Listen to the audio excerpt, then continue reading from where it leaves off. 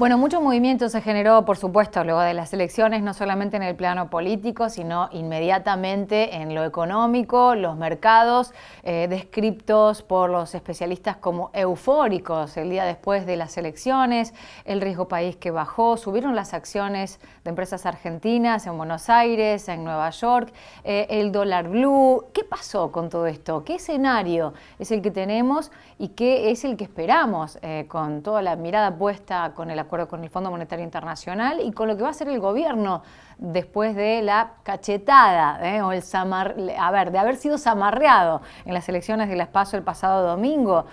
Prepara un paquete de medidas que en principio sería anunciado en las próximas horas. Se espera que pasado mañana, a más tardar, que se toquen jubilaciones y salario mínimo vital y móvil, entre otras cuestiones. Pero la licenciada en Economía, Gisela Beritier, ya está en diálogo con nosotros para ayudar a comprender y analizar esta situación mucho más precisamente. Gisela, Paula te saluda. Que tengas un buen día. ¿Cómo estás? Hola Paula, ¿cómo estás vos? ¿Cómo están todos? Bien, muy bien. Bueno, con mucha información y con mucha información que no podemos descifrar del todo. Por eso te llamamos para entenderlo un poco mejor. Contanos, ¿qué panorama tenemos después de las elecciones? ¿Con qué nos encontramos? Mira, si tenemos que pararnos hacia ayer lunes con el tema de el resultado de las PASO, claramente lo que vimos es un voto castigo, ¿no? Realmente creo que hay mucho enojo, disconformidad con la situación, sobre todo económica. No nos olvidemos que la gente vota con el bolsillo, ¿no? Sí. Y la verdad es que si bien desde el punto de vista numérico y estadístico veíamos que la economía se había empezado a reactivar a partir del segundo semestre, el primer semestre recordemos que tuvimos una ola nueva, se volvió a comprimir todo, empezaron a bajar los números, pero el gobierno había planteado un veranito de 120 días en el cual había paritarias, la inflación había dejado de ser un tema, donde pensaban recomponer el poder adquisitivo para estos meses. Recordemos que el poder adquisitivo desde el 2018 a la fecha ha perdido 22 puntos. En ese sentido, la verdad es que las medidas que planteó el gobierno no fueron suficientes, no se llegó a esta elección con una percepción de las personas de que en realidad la economía empieza a estar mejor. Creo que eso se reflejó en las urnas y la verdad es que ahora plantea, bueno, todo un reposicionamiento, ¿no? Si hay que analizar, Paula, yo lo que creo es que estas medidas que vos decías que van a plantear tienen que ver con un fuerte shock de consumo, ya no pensando en el déficit fiscal que el Fondo Monetario pide ordenadamente, que fue un poco también la prudencia que buscaba Guzmán, ¿no? Guzmán buscaba, por ejemplo, el primer semestre, se cortaron los IFE, se cortaron los ATP, se cortaron todos los gastos pandemia para empezar a tener un gasto público más controlado. De hecho, estábamos sobrecumpliendo las metas de déficit fiscal. Y bueno, y esta situación hizo que la economía no se reactivara, lo que en definitiva pudiera sentir, digamos, las personas, los asalariados, los trabajadores, el trabajador informal también, que en realidad está muy golpeado, ¿no? Así que, bueno, ¿qué se espera para los próximos meses? Y la verdad es que yo creo que primero un fuerte replanteo del gobierno, se habla de cambios de gabinetes, y bueno, y sí, lo que se ve es que van a hacer un fuerte shock económico, ¿no? Por lo menos, con la voluntad de por lo menos torcer al menos un poco el resultado de la elección de el domingo, pero digo, claro, pero al menos a ver, un yo te poco quiero porque preguntar la una verdad, cosa, eso te iba a decir. Hay como dos enfoques. Estas medidas a corto plazo, que es, bueno, ya aumentamos la jubilación, ya aumentamos el salario mínimo vital y móvil, a ver qué pasa en noviembre, pero después está el otro enfoque de generar una cuestión de confianza y una visión más macroeconómica sostenida en el tiempo a largo plazo, que eso es lo que no hay tiempo de hacer, me parece, para el gobierno.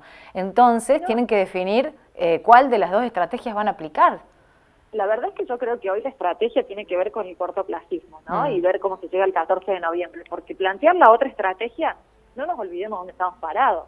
Estamos a la puerta de una negociación con el Fondo Monetario Internacional que se ha pateado para el año que viene, donde ya el mismo fondo está pidiendo reformas estructurales, un plan creíble y sostenible, y eso implica reformas estructurales que las reformas estructurales siempre en el corto plazo causan más recesión, porque es un ajuste, dicho lisa y llanamente. Entonces, estamos en un momento en donde el gobierno, todo lo que pueda llegar a plantear es para los próximos meses.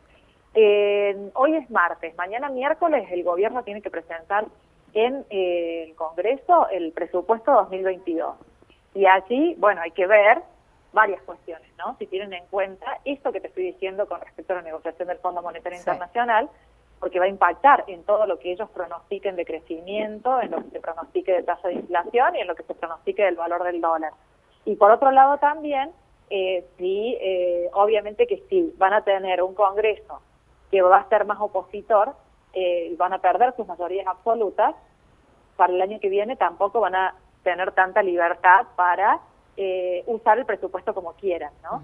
Entonces, bueno, todas esas variables van a afectar. Por eso está muy bueno el planteo que vos haces, Paula, de decir, bueno, el enfoque de corto y el enfoque de mediano, ni siquiera de largo plazo.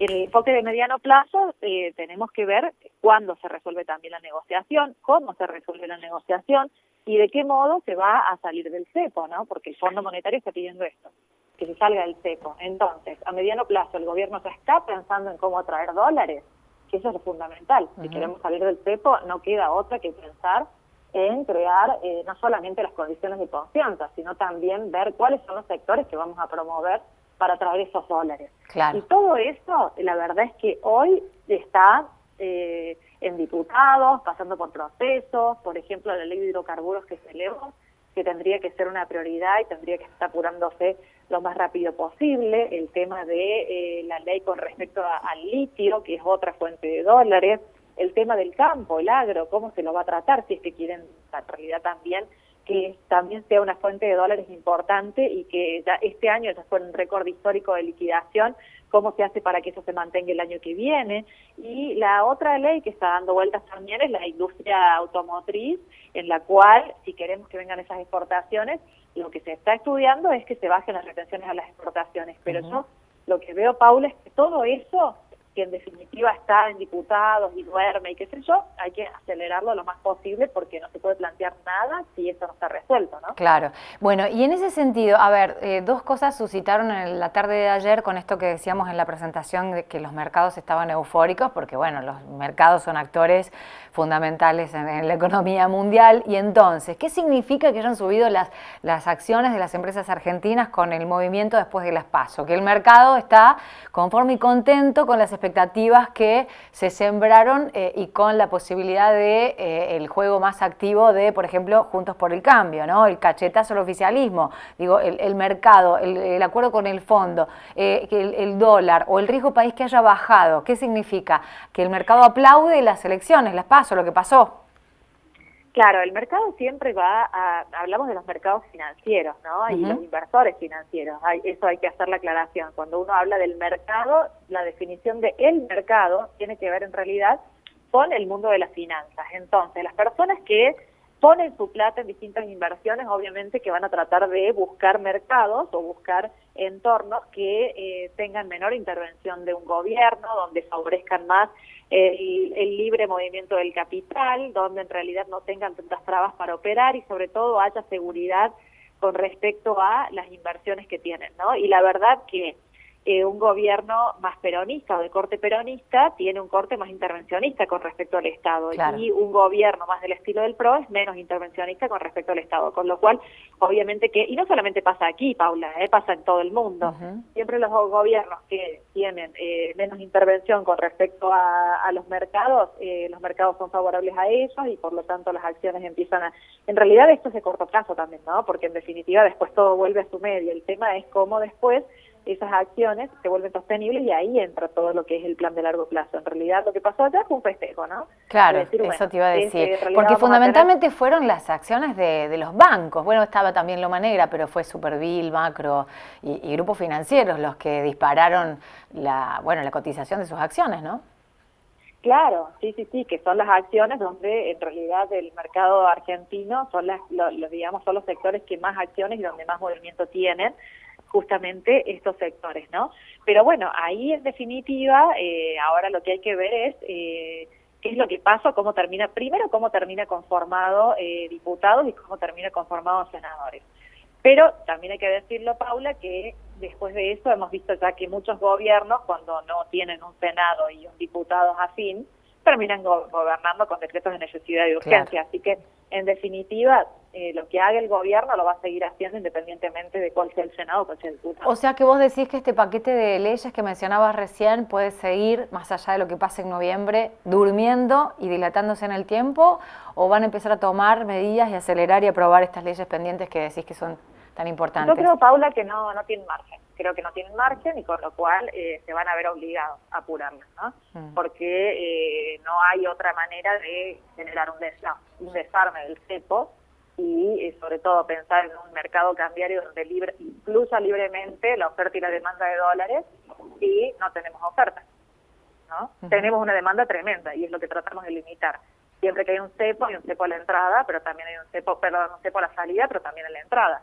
Entonces, acá en definitiva es cómo aseguramos una entrada sólida y sustentable para que las salidas no se frene, pero porque justamente haya una confianza, ¿no? Bueno, esas son cuestiones que no son de corto plazo y hay que trabajarlas dentro de un plan que seguramente se va a terminar cerrando con el fondo, ¿no? Bien, a contrarreloj entonces, a trabajar. Muchísimas gracias, Gisela Beritier, por siempre el contacto con Punta La M. No, muchas gracias a ustedes, que anden muy linda. Bueno, que tengas buen día. Ahí estábamos entonces tratando de entender todos los fenómenos que ocurren después de una elección que tiene que ver con la política, pero también su impacto directo en la economía, ¿no? En la parte macro y en la parte micro también, porque la gente vota con el bolsillo.